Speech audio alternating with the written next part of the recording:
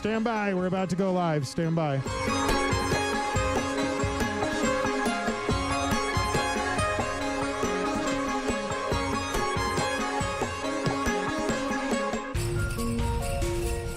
Oh, hi.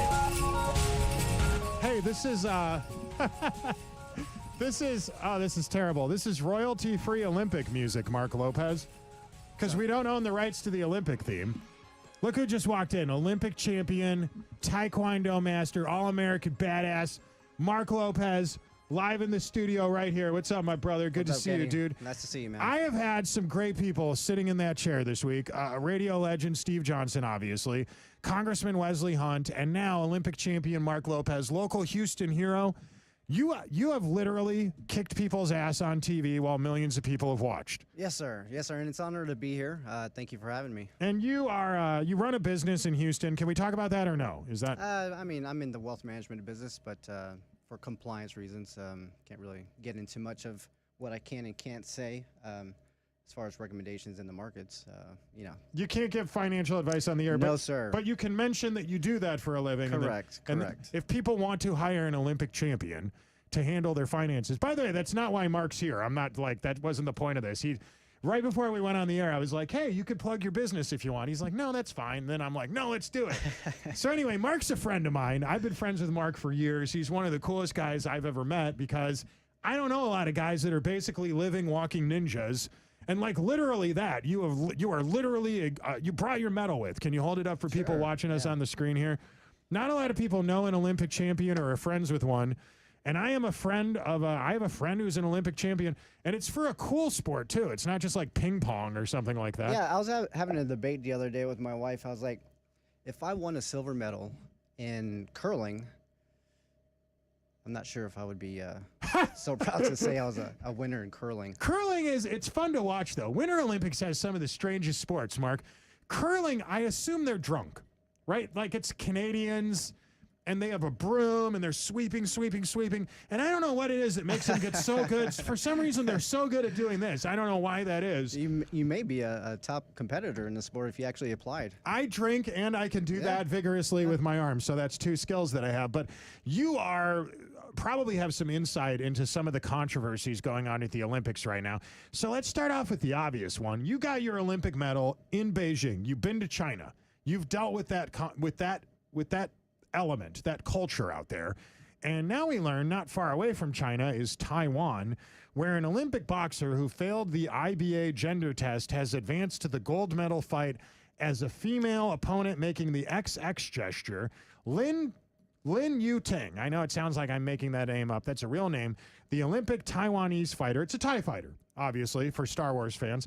At the center of a gender controversy, made international headlines because apparently this is, it's not a transgender, it's a hermaphrodite. If that's even the proper term, which it's most certainly not.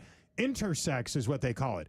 I'm a dinosaur. Back in the 20th century, the word was hermaphrodite, but now we're not supposed to call it that anymore, so I won't make you say that out loud or anything. But as a guy that fought people on TV in front of millions of people for silver medals and, Olympic medals and stuff, I mean, this seems so obvious to me, but what do you think?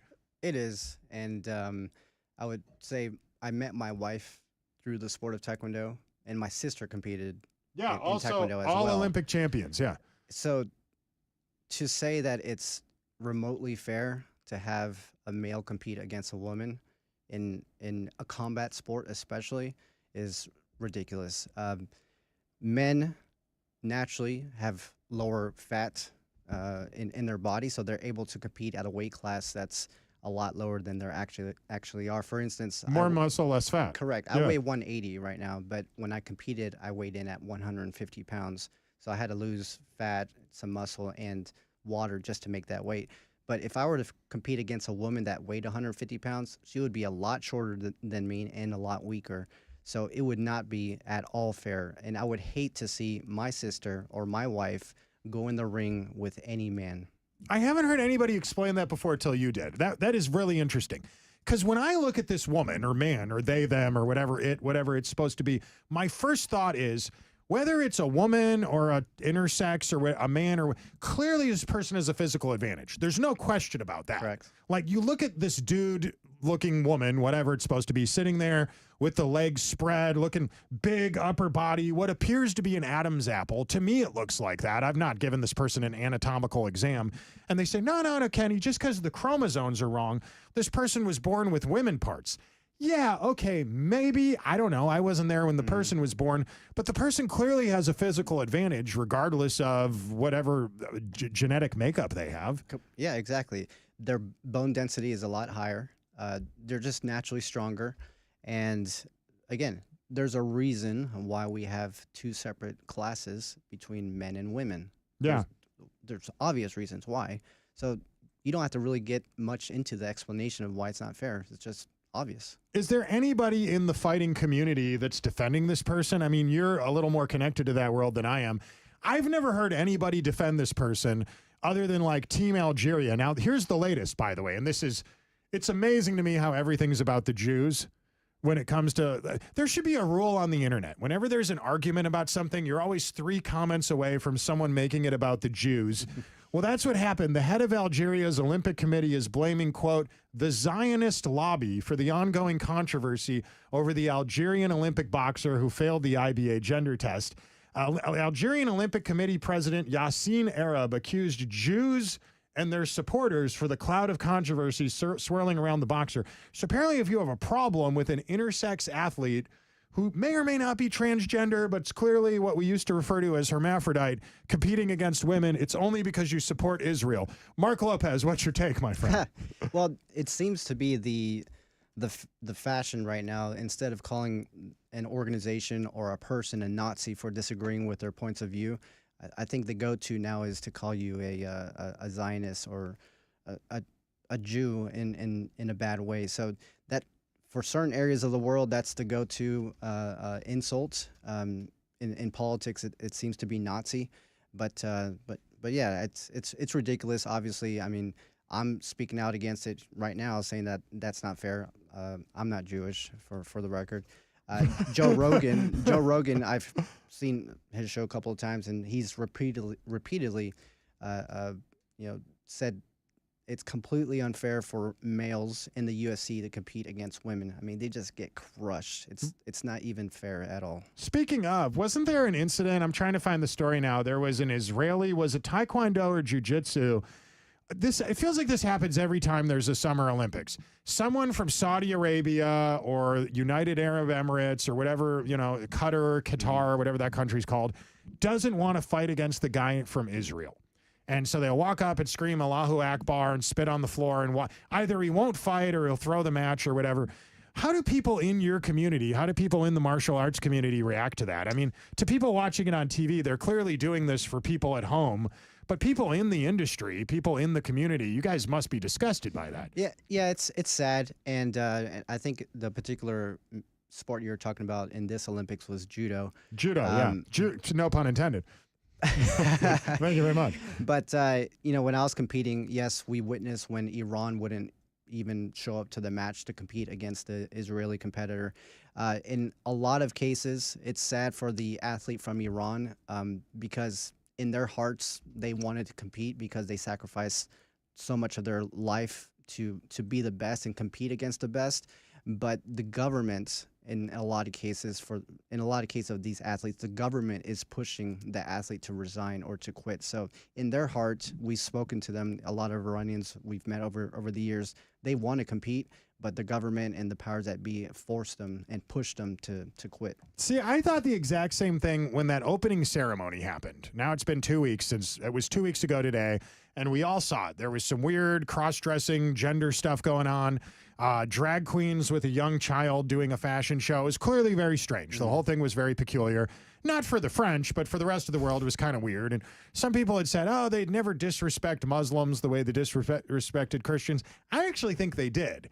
They were showing shots of the cross-dressing drag queens, and then they were showing shots of the Muslim athletes, and they were doing that for several minutes. And I kept thinking, I wonder if this is intentional, or I wonder what the Muslim countries think of this. Do they think it's funny, or are they disgusted by it? But as all that was happening, as all that was taking place, something I couldn't escape from thinking at the time is, later on, the next time somebody has to host this Olympics, where does this set the bar? Like, now America's going to do it. If we, are we, is this the writing on the wall? Is this the foreshadow? Does America have to have a weird Olympic opening ceremony? I don't think so. The French Olympic organizer, they totally dropped the ball on this one. They got so much backlash and so much hate. Talking about Muslim community, the Muslim community is one of the most conservative that I'm aware of. And Yeah. I'm sure they're going nuts about it as well, even though supposedly they're doing an imitation of the Last Supper and trying to mock Jesus Christ and that scene. They claimed they weren't, but then the woman at the center of it, Barbara Butch, someone realized she had a social media post that said, "Time to go play Olympic Jesus." Yeah. That she posted before. It's like, all right, well, cat's out of the bag then, right? Yeah. So in Islam, Jesus Christ is actually a prophet in their faith, and they have a huge amount of respect for Jesus Christ. So I'm sure they're upset at it as well. But as far as the U.S. Olympics hosting it in 4 years, I think they're going to shy away from trying to do anything super controversial. So yeah, I hope so, yeah. I believe and I hope that they'll do a better job. The other thought I had, one of the other points I wanted to make about that was, as this Olympic opening ceremony is happening, a lot of Christians were calling on athletes to drop out. And like you just said about the Iranian guy, these athletes have been training their whole life for this thing. A lot of them probably didn't even watch the opening ceremony. As somebody that's been behind the scenes at the Olympics before, is there pressure for people at the last minute to drop out because of political stuff, or is that just crazy?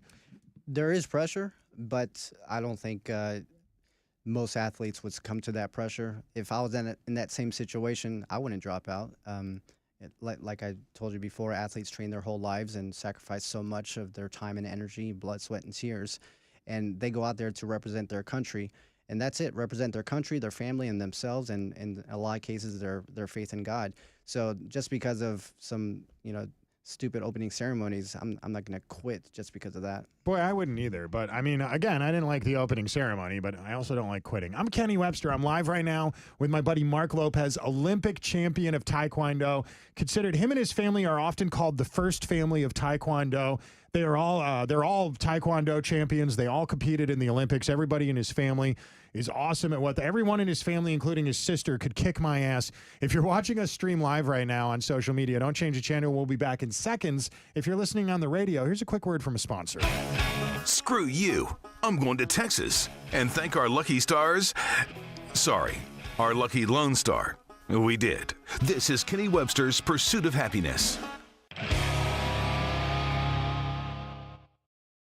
Hey, if you're watching us streaming on social media right now, we are recording segments that will air later this afternoon on KPRC 950. And right now, you're just waiting for me to save the segment we just recorded.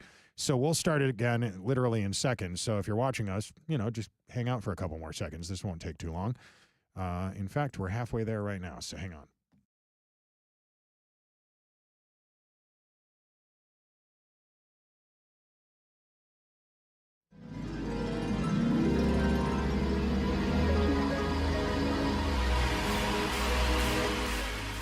A long time ago, when social media first became a big thing, we were all very excited that we could finally do things without getting censored. And then we realized, as radio personalities, we actually had less censorship on the radio than we did on social media. That's why I have to play this royalty-free Olympic music. Otherwise, YouTube will take this video down. Mark Lopez, Olympic champion, live in studio right now. What's the best music to get fired up to when you're going out to do Taekwondo? That's a great question. I really actually don't listen to music. That's part of the process. Yeah, I don't. So you don't put on like Eye of the Tiger or nope. Rocky. I could play the royalty-free version of Eye of the Tiger for you right now. That would pump me up. It Yeah, would inspire yeah, you. sure. Nothing really. One of my favorite questions to ask protesters, just to get their guard down, because when you're a right-winger like me and you're interviewing protesters, there's nothing I can ask them that won't upset them. Even just asking them, what are you here for?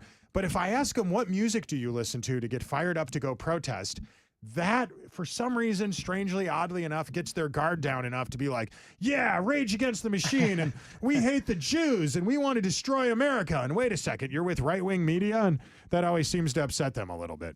Yeah, it's weird. Rage Against the Machine. I'm thinking that's a protest against the man and the power, right? I'm a right winger and I like their music. Yeah, but the protesters who also like Rage Against the Machine, Right. they're for government and pro censorship and pro letting the government take over your life. So it's kind of a contradiction when left-leaning people like Right. Rage Against the Machine. So it doesn't make sense. Mark, I don't want to out you on the radio right now because to a lot of people that follow you on social media, you're just a martial arts expert. You're just an American Olympic champion. That's all they are. But you have political beliefs and stuff. And I don't usually make you get real. You and I do this song and dance. Mark's been doing my radio show for years. He's a local guy. He's a friend of mine, and he happens to be an Olympic champion. So you've come in and you've talked about Russia and Olympics and, you know, the Chinese Olympics and all Japanese Olympics and all this stuff over the years, which it's interesting to get your take on this stuff. But I've noticed as you've gotten a little older, you're a little more comfortable now admitting the fact that you're not a liberal or a Democrat. And did I just out you or what? No, I mean, I was born and raised in this beautiful country. But you're a Texan. I am a Texan. Are you Catholic? I was baptized as a Catholic. I'm not really. And now you're practicing you're so much. Scientologist. Scientologist. After watching Mission Impossible 1 through 5, I think Tom Cruise converted me. All right. So, question for you: watching all this take place, and we learned this week that this girl from Paraguay gets kicked out of the Olympic Village. Did you get a load of this? No, I didn't. She's a swimmer. She's a very pretty blonde girl. They kicked her out of the Olympic Village for inappropriate behavior, and they said what she did wrong. They were kind of weird about. It was sort of vague. You know how they're trying to be. But it sounds like she was scantily clad. She was dressed inappropriately. She was flirting with the boys, that sort of thing. Behind the scenes at the Olympics, we've been told it's very sexually tense back there. That's why they hand out thousands of condoms to people. You've been behind the scenes at the Olympics, but you weren't in France. You were in China. How different do you think that must have been?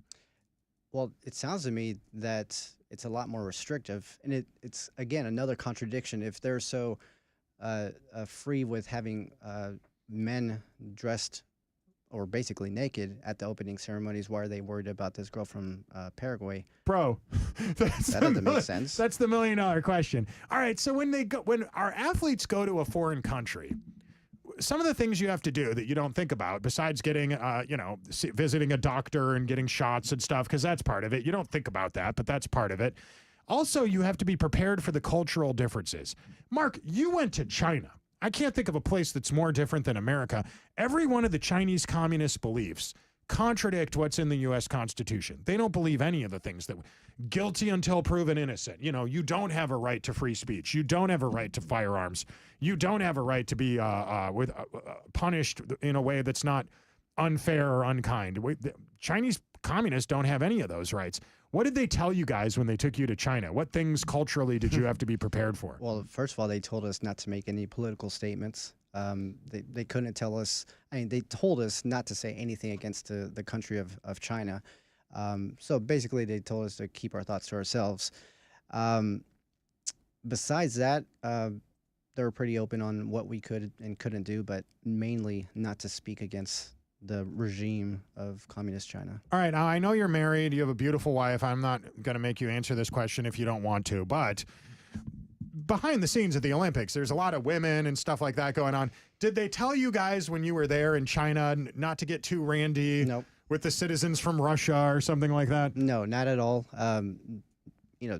From what I've heard, NBA players were hooking up with girls, from other sports, and nobody discriminates against what country you're from as long as you're beautiful and willing to, do some fun things, and it would happen. See, that's the part of this that you can't miss when you're watching the women, the pole vaulters or the women doing swimming or whatever.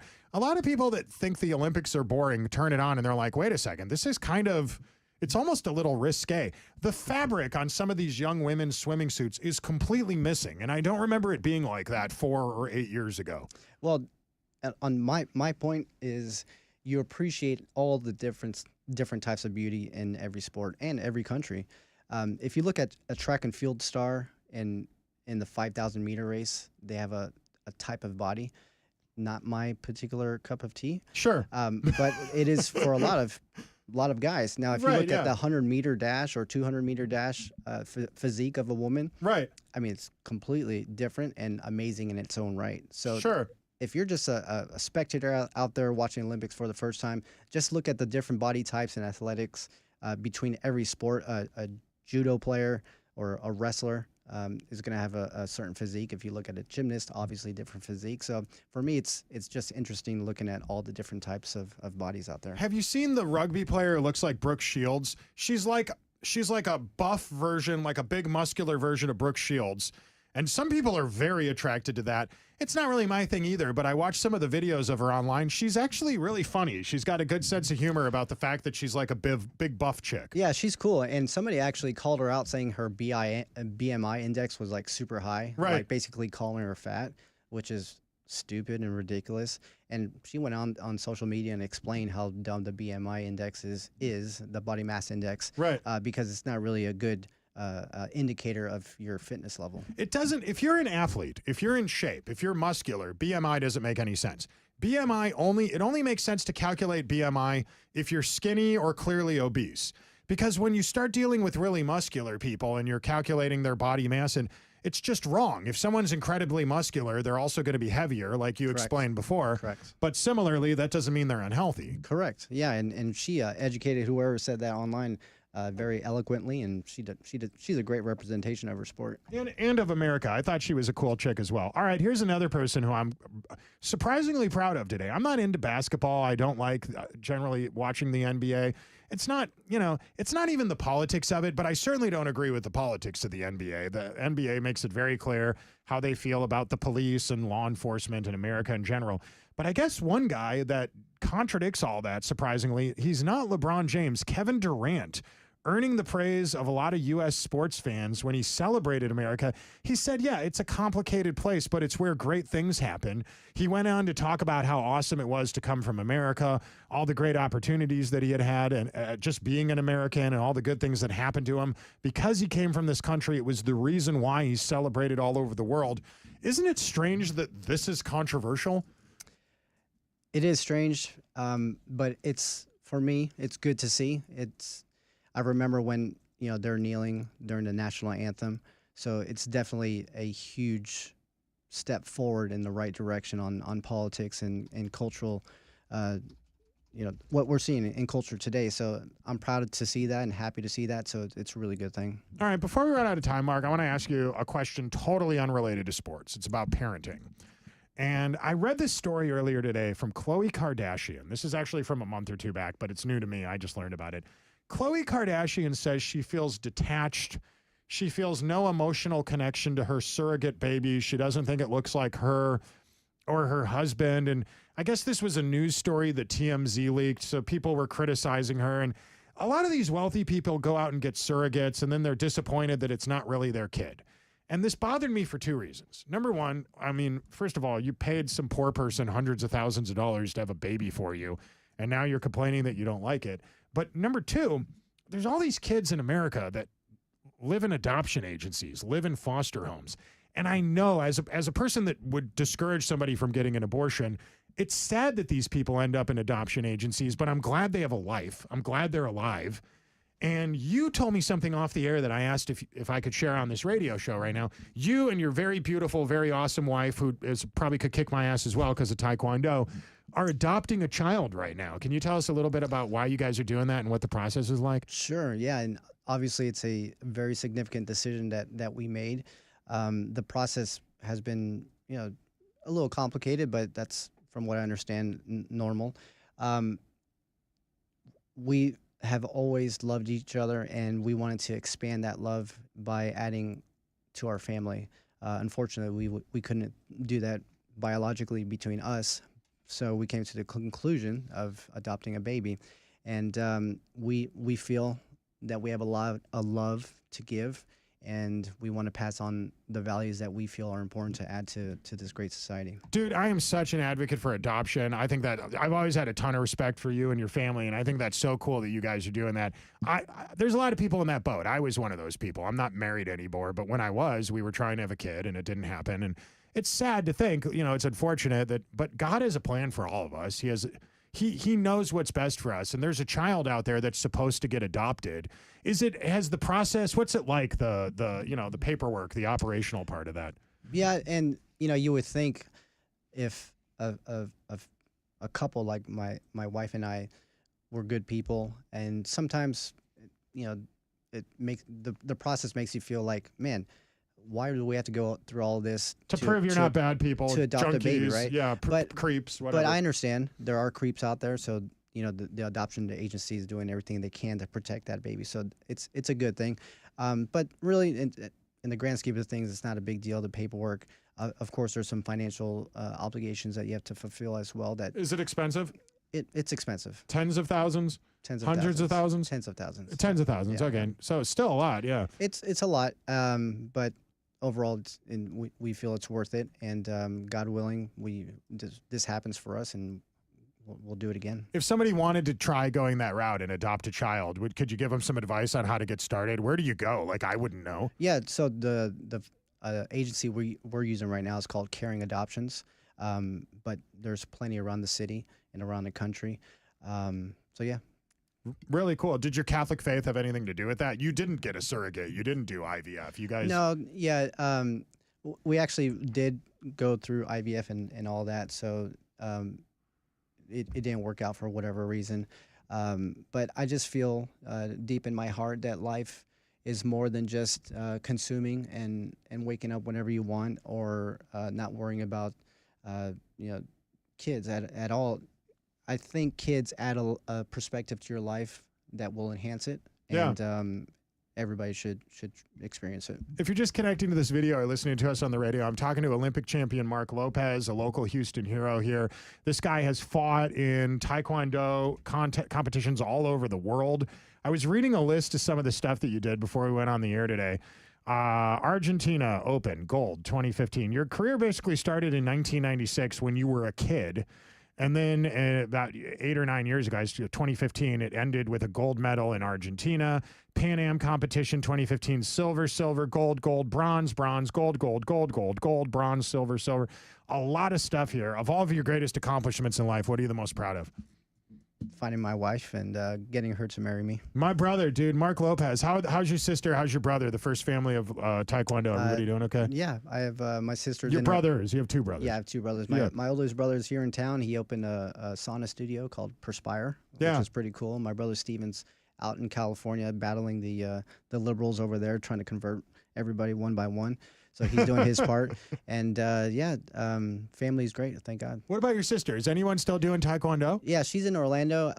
Her kids know how to kick and punch, but I don't think that's the route they're going to go. Wow, how about that? And then if people do want to hire a great financial expert, I know that's not why you're here. That's not, he told me we didn't have to promote it. I still want people to know Mark's a great guy. He's one of the smartest people I know.